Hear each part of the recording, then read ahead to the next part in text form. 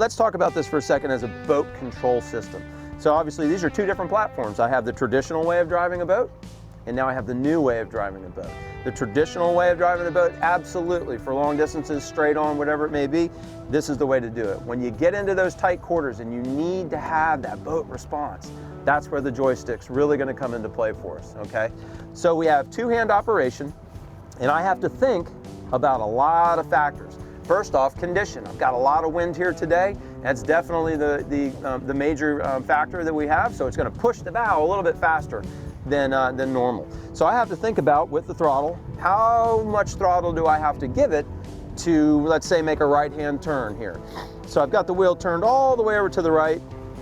To tighten this circle up, as it were, I would have to cut the wheel back, and then I would have to give it reverse thrust. There's an inherent lag or delay between me not only turning the wheel, but increasing the throttle and not throwing everybody out of the boat, right? Because we want to do this safely. How much time does this take?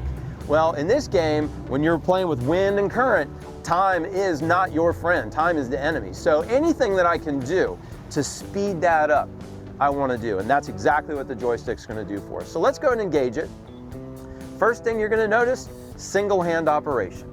If I want to go forward, I'm just going to push that joystick forward. And just like a gas pedal in a car, I give it a little, it gives me a little. I give it a little more, it gives me a little more. Also, just like my car, if I turn the wheel to the right and we start that right-hand turn that we were just in, and I let go of everything, the boat actually is in neutral. And if you look at the motor now, she's straight on. So I've eliminated the rudder effect. I've eliminated two-hand operation.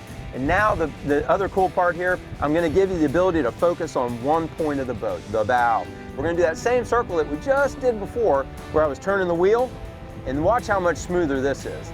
Now, don't let go of this right-hand twist, because I want to keep a right-hand turn. It's automatically going to shift me from forward to reverse, but more importantly, it adjusted the motor angle to make sure that I keep going that way. So I didn't have to think about turning the wheel one way, turning the wheel the other way. How much thrust do I have to give it?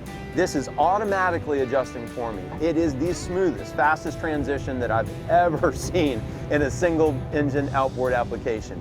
You can make this boat move like you could never before. That's what really separates it, and that's why it's so valuable for the single engine market. It's just a better, faster, more efficient way to drive the boat.